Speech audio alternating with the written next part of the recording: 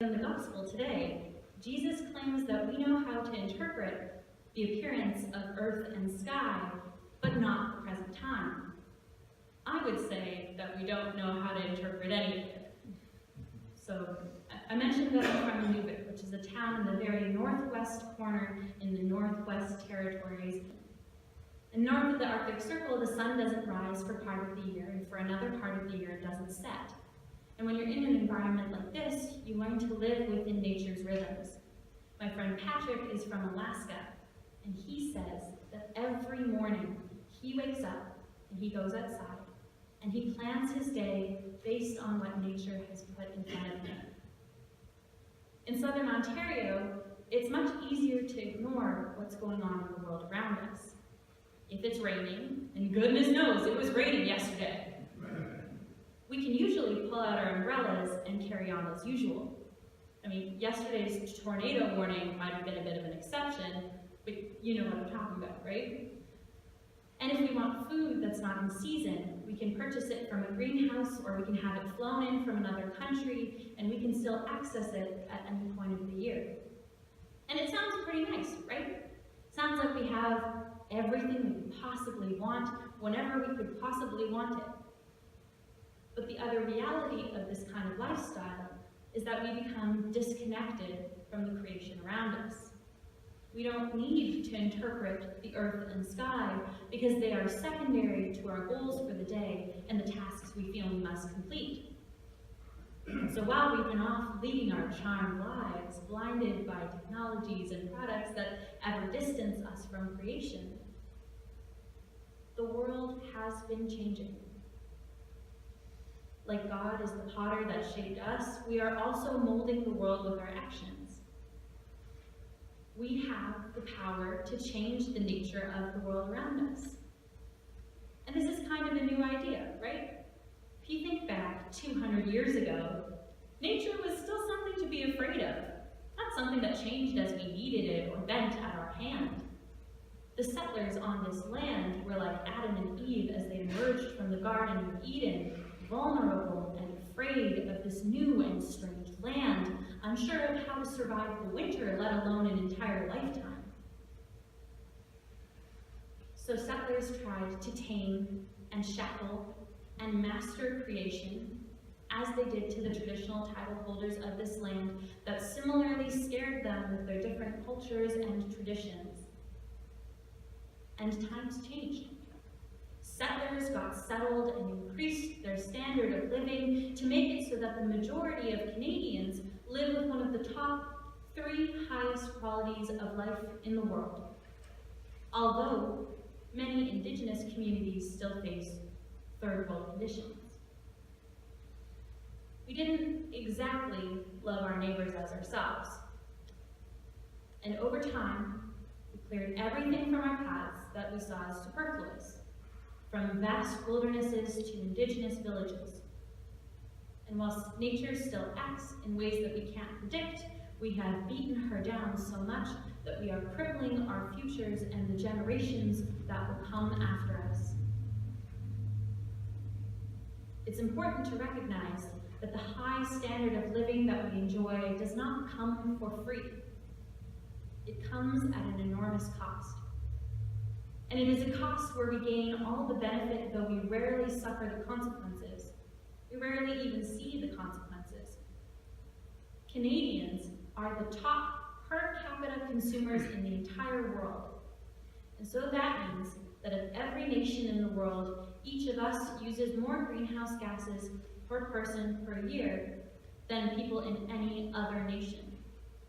We emit more per person than people in the US, or China, or India, although in climate talks we often minimize our own contributions and shine the spotlight on these nations instead. According to the World Resources Institute, we emit more than double the global average of greenhouse gases per person per year, at almost 25 tons of carbon dioxide emissions per person per year. That means that we emit a weight equivalent of greenhouse gases to that of the weight of 5 mid-sized elephants. That's a lot! So luckily for me, the cost of my consumption is spread out over the world. That's lucky for me, but not for everyone else. Because even though Canadians only represent 0.5% of the world's population, Canada is still one of the top 10 greenhouse gas emitters in the world. Our tiny population does not absolve us from responsibility for climate issues because we have one of the biggest impacts on the well-being of the earth that we live on, and we have for decades. We are one of the top 10 highest historic emitters, which means that throughout history, we have become one of the top 10 nations most responsible for our current climate crisis. And a climate crisis it is. This fall, I mentioned that I was honored to be the Canadian Youth Delegate, joining Bishop Susan Johnson at the Future of Life in the Arctic, the Impact of Climate Change Conference, focusing on Indigenous and religious perspectives. You can read some of Bishop Susan's reflections on the back page of this month's Canada Lutheran. At this circumpolar climate conference held on traditional Sami territory in Storforsen, Sweden, we bore witness to the real lived experiences of people on the front lines of climate change from both Canada and other nations around the global north. People told their stories. People talked about how there are more storms now. And from the storm yesterday, we could see how more frequent storms like that might impact someone's daily life. There's more thunder and more lightning. The color of fish has changed from a healthy pink to a sickly yellow. Someone mentioned that during the spring thaw, in a catastrophe of rising waters and epic erosion, the river by their house moved 30 feet in the middle of the night, almost drowning their dogs while they were sleeping. 30 feet is a significant distance. That's like the distance from me to Pauline. That is a far distance for a river to move in one night. And speaking of rising waters, the glaciers are predicted to completely melt before 2100, leaving hundreds of thousands of people without freshwater sources and causing global sea levels to rise. Another really significant change has been in food security. In fact, Bishop Susan mentions in her writing that climate change constitutes the single most important threat to food security because, for instance, the migration routes of animals used for food change as the climate warms. Porcupine caribou that are trying to find enough food to eat in the midst of changing plant growth patterns no longer pass through the same regions, leaving many communities without enough food for the winter. It's like if you went out in the morning to go to Zayre's, but you found out that Zayre's had up and moved to Hamilton. All of a sudden, the ways that you normally find food to eat are no longer available to you. Similarly, entire herds of reindeer cared for by the Sami people have starved because there just isn't enough lichen that survive the fluctuating temperatures to feed the herd. And this not only leaves people hungry, but it leaves them hopeless, as they've lost their way of life. And this has led to a rash of mental health crises, including many cases of suicide, mirroring the tragic loss of young Indigenous people in Canada. People have lost access to their traditional hunting grounds and the stories and the teachings that these culturally significant places hold. It is no longer safe to go out on the ice in some places because the nature of the land has changed. And you can see how how environmental issues are intrinsically linked to social well-being, as the basic needs of shelter and food are compromised, as well as the more complex needs for community and belonging. And when your entire way of life that is intrinsically linked to the land that you live on changes, it has detrimental consequences for the mental, physical, and emotional health of individuals and societies. And so it's important to remember that these are not problems impacting people in far-off places that we will never see. These are the realities of hundreds of thousands of Canadians, our neighbors, friends, and families, and they are issues that we as a nation will have to deal with. And it's important to note that these situations are often unheard of. I think I've heard a new tidbit of information or read a new article about the American election every single day of the presidential selection process for the last 6 months. Yet I rarely come across the stories of my fellow Canadians who are facing conditions that are changing their ways of life right now.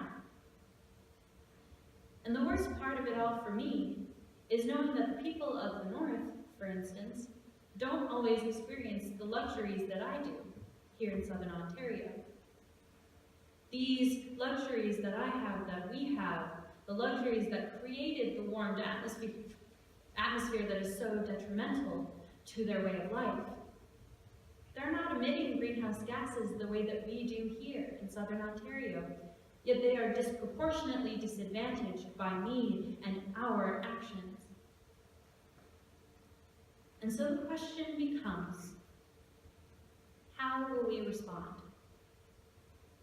I feel God calling me to do something, because everything God created is good and deserves to live a good life, because creation is not for sale. And because our friends to the north, just like millions of people around the world, are seeing how our actions have impacted their lives, and they are looking for justice. Justice, not charity. Because it is not out of the goodness of our hearts that we must act. It is from necessity to create change and bear the burden of responsibility for the actions we have taken and the benefits that we have reaped, and to deal with the consequences that are laid out before us, or that are placed in front of other people when they should be placed in front of us. And I feel the need to act because these realities will not pass us by. And so getting educated and getting our voices heard are important ways to create significant national, local, and international change. But another important factor is in how we choose to see the world and how we impact the people around us in approaching relationships with creation. We must not only learn to respect the waters of creation that flow through the Great Lakes and out of the oceans, but we must honor the waters that flow within us and that created us and that sustain us every day. The way that we live our lives as communities is important. And as we now know, we have a nation that has the top consuming individuals in the world. So we must work to create a culture that is based in need, not in want, in waste, and from the foods that we eat to our travel to the ways that we control temperature in our homes, the daily decisions that we make over our lifetime and that we pass on to our kids and that we spread in our workplaces combine into a huge cumulative impact. So I invite you to take the time to join me in thinking more intentionally about the ways that creation impacts us every day. For example, we can think about the journey our food took before it reached our plates, the hard work that created it, the water and the land and the energy that grew it, and we can use these thoughts to inspire better stewardship of the food we eat, from buying local products that didn't travel as far to get to our plates, to preventing waste as we cook and store foods. And for many people, this is not unfamiliar. Having lived on farms or in times when there was little option but to buy the foods that we grew or bought from our neighbors. But in these times, when it can seem a long way from farm to fork, sometimes we need these reminders. And by mindfully approaching actions such as these that we make every day and acknowledging the greater context in which these actions are a part, we can strengthen our relationship with God's creation and thus learn to better understand what is going on in the earth and in the sky and in our present time. The psalm today talked about all the foundations of the earth being shaken. We are in the midst of a reality that reflects this instability. We must learn how to better interpret the appearance of the earth and the sky and the present time and act in response to what we learn so that we can minimize the damage done to the creation around us, from the land and the waters to the creatures that use the land and waters. The world is not about to change. The world is changing. And as it changes, we must open ourselves to changing and being changed with it.